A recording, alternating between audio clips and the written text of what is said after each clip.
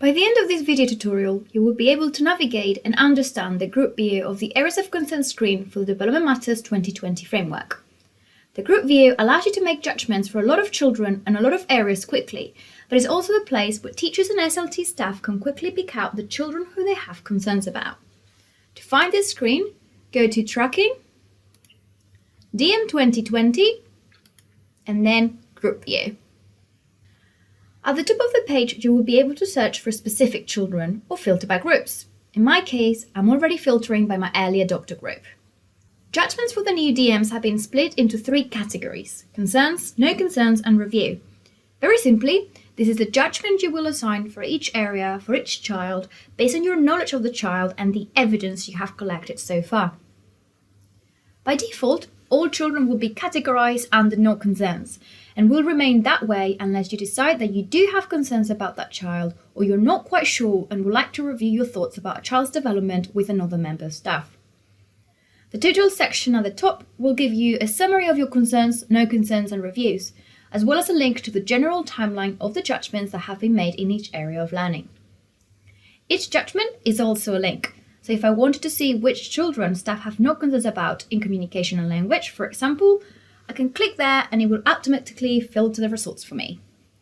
This is useful if you want to quickly evaluate a particular area of learning, as it will remove the rest of the areas. Let's take a look at Carly, for example. You can see here all the areas of learning at the top of the grid, and then each column has various elements. To start with, there's the Concerns, No Concerns, and Review panel, where you will be able to record your professional understanding of that child's development. As you can see, you can very quickly add your judgment or change it if necessary.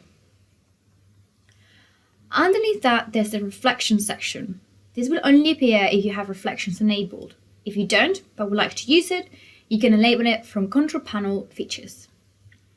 At a first glance, you will be able to see whether any reflections have been made about that child and flagged as being related to the area.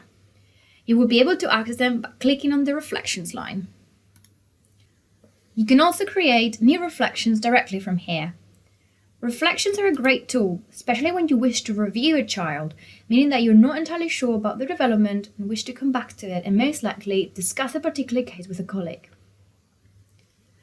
You would also be able to see how many observations have been flagged under that specific area of learning. This way, you can take a look at the evidence collected for that child as a means of informing your decision. Lastly, there's a timeline.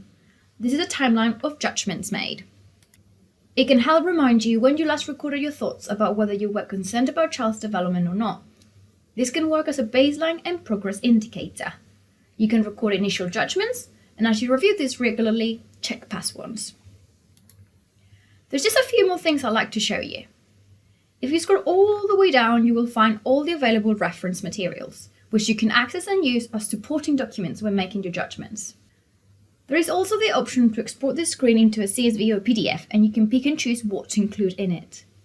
The date range is where you can change the date range for when this screen pulls in data.